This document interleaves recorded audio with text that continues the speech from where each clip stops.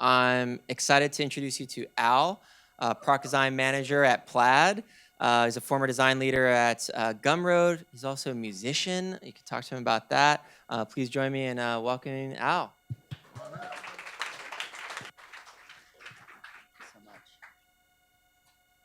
Hello.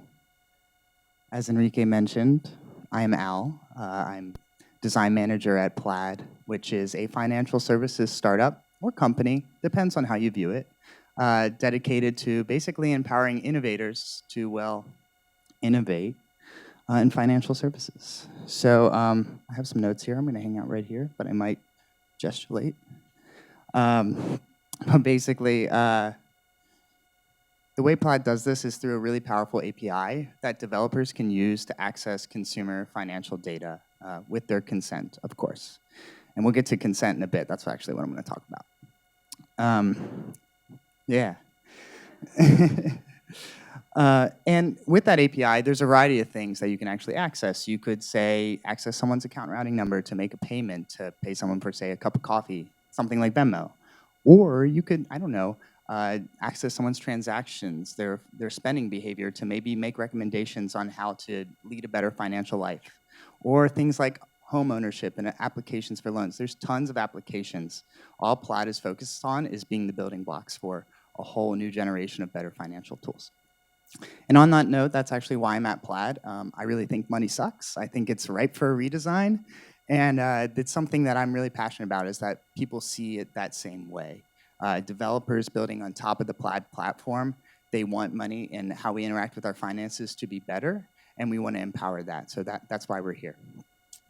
What I'm going to talk about today actually is a really, really tactical example of how design can show value for a business. I think, like Enrique mentioned earlier, Katie Dill's quote really resonated with me a while back, and it was a big inspiration for what I'm about to talk about today.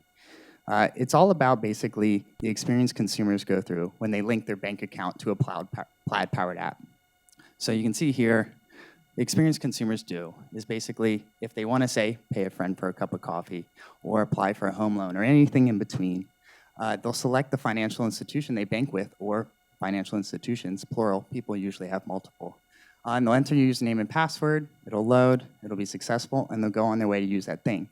It's a super ephemeral experience, but it's something we care a ton about at Plaid. This is something we work on in-house at Plaid, something we spend a lot of time thinking about, and really it's, when it comes to something concrete that the design team can add value through, it's a big part of how we do it to Plaid. And so these are the things we look at a lot. I mean, there's a lot of things, of course, that teams look at when they measure themselves. But in this particular instance, there's a few places inside of the link experience I'm talking about. Basically, 80% of users usually find their bank.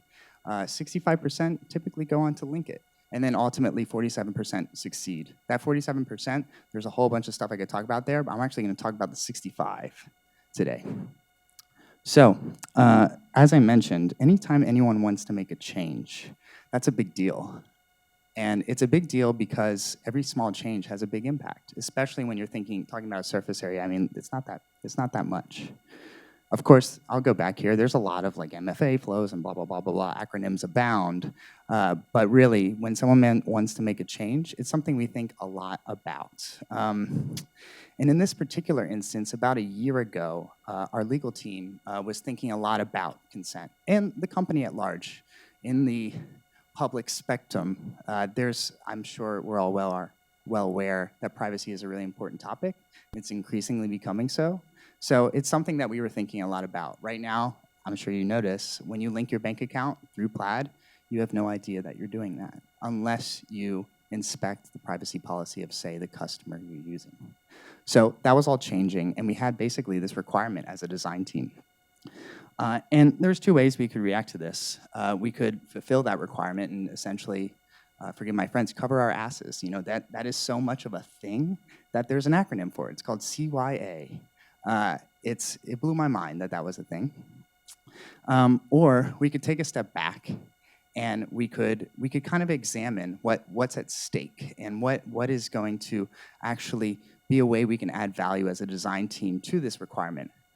And essentially, what we were looking at is, of course, with a change like this, we all agreed conversion was going to tank. There was no way it couldn't. You're introducing a third party that no one knows about. And furthermore, you're just adding a little more friction to the experience. Our customers won't be happy. And the complexity of maintaining the experience, of course, is something that we were not excited about. We're a small, nimble team, so it was something that was really important to us. But the upside was, like I mentioned before, consumers do want this transparency. It was coming up time and time again. In user studies, we were talking to people, trying to understand why that number was that number, the amount of people that linked their bank. And I mean, we all have a host of things, but I mean, a lot of people are victims of fraud. Security is a thing, right? But they also deserve answers to the questions, always. They always deserve answers to the questions, and they wanted some transparency about who's accessing their data, what data is being accessed, how it's being stored, how it's being transferred, all of these things. And of course, there is the added benefit that in time we will end up on the right side of history, or at least on the right side of regulation. So we reframed this as a design team as an opportunity. We tried to see it as a positive thing. We tried to see this obstacle as actually an inspiration. And essentially, what our two main risks were is if we did this, we'd have to balance a lot of customer love and loyalty. And so it was something we had to think super, super hard about what we did.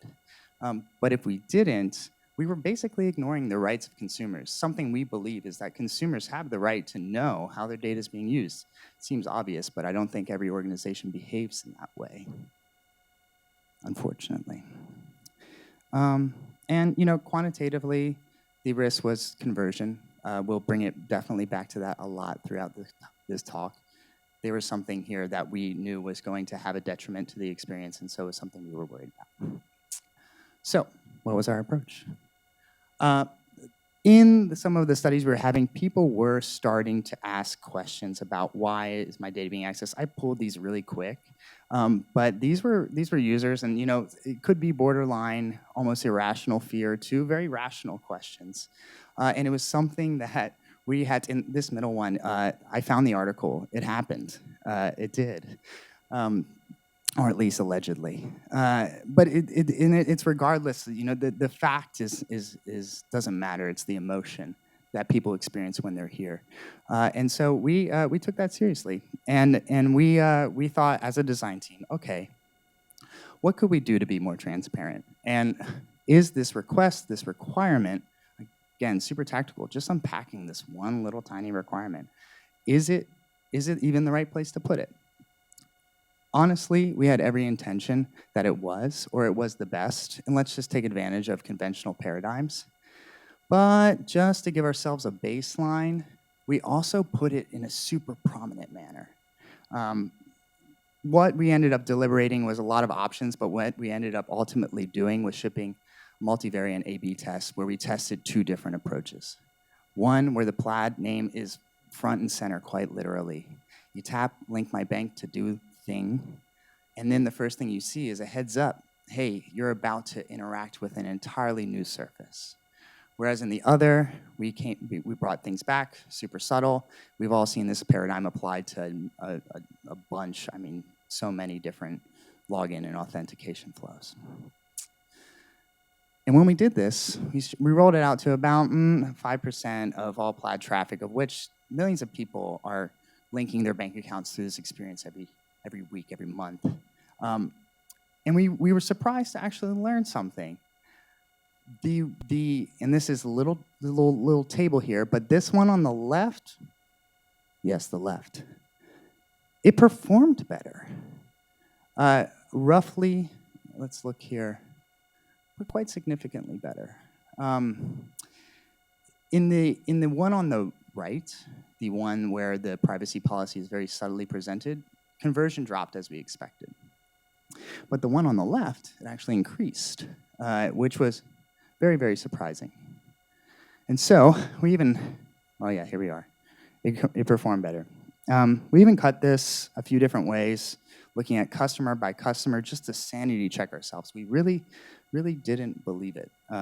But we looked at the data and we trusted it, and we also remembered that principle driving why we even proposed it to begin with, why we even sacrificed. This was really meant as a sacrificial test, this idea.